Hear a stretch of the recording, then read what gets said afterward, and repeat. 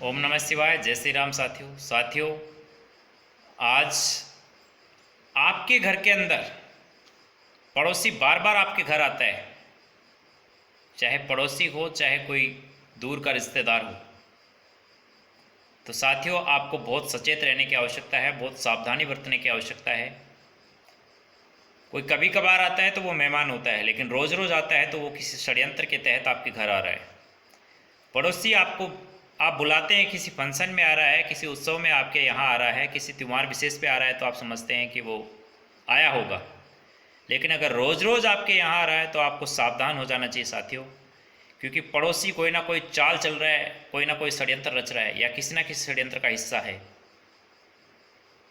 इसलिए समय रहते सावधान हो जाइए, वरना आपका घर टूटेगा, आपका परिवार भी टूटेगा और आपके कुल का नाश होना निश्चित है।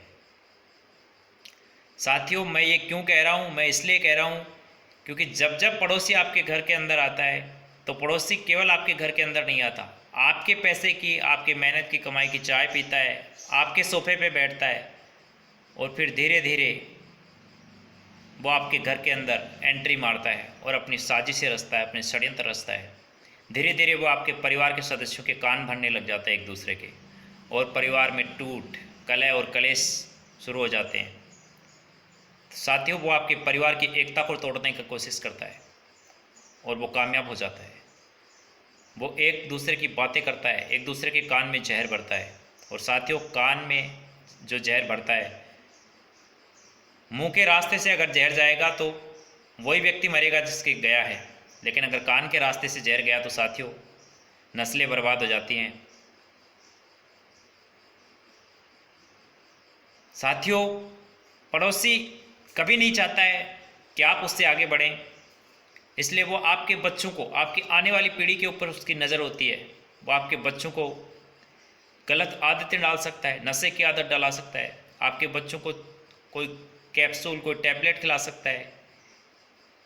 बच्चों को पता नहीं होता, छोटे बच्चों को क्या खाना है क्या नहीं खाना, तो वो धीरे धीरे उनको कोई ऐसी टैबलेट का आदी बना देगा, किसी ऐसी ड्रग्स का आदी बना देगा। शुरुआत में पड़ोसी अपने पैसे खर्च करेगा आपके परिवार को बर्बाद करने के लिए, अपने बच्चों को बर्बाद करने के लिए। साथियों, मैं इसलिए कह रहा हूँ, ये मैंने जिया है, मैं जी कर के आया हूँ। हमारे पिताजी के जो शत्रु थे उन्होंने हमें बर्बाद करने की बहुत कोशिश की, वरना कोई क्यों अपने पैसे खर्च करेगा आपको कुछ खिलाने के लिए, कुछ पिलाने के लिए।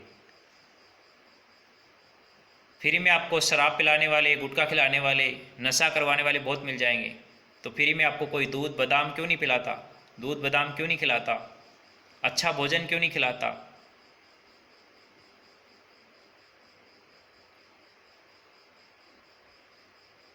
तो साथियों,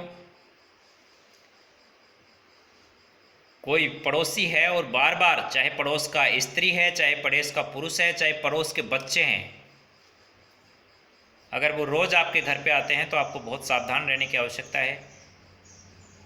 उनकी आपके बीवी बच्चों पे और आपके परिवार पे बुरी नज़र होती है, इसलिए उनको अपने पास ज़्यादा बैठाने की आवश्यकता नहीं है।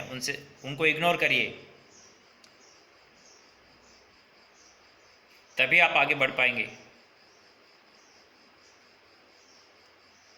वरना छिपकली के ये परिवार कभी नहीं चाहते कि आपका बेटा अजगर बन जाए या मगरमच्छ बने, आपका बेटा या बेटी आगे निकले।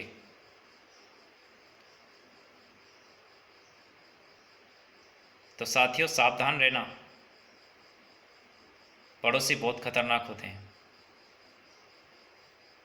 जो सामने नहीं पीछे से वार करते हैं, आपके खिलाफ षड्यंत्र रचते हैं, आपके खिलाफ तरह तरह की बातें फैलाते हैं, समाज में तरह तरह के कमेंट्स करते हैं आपके ऊपर,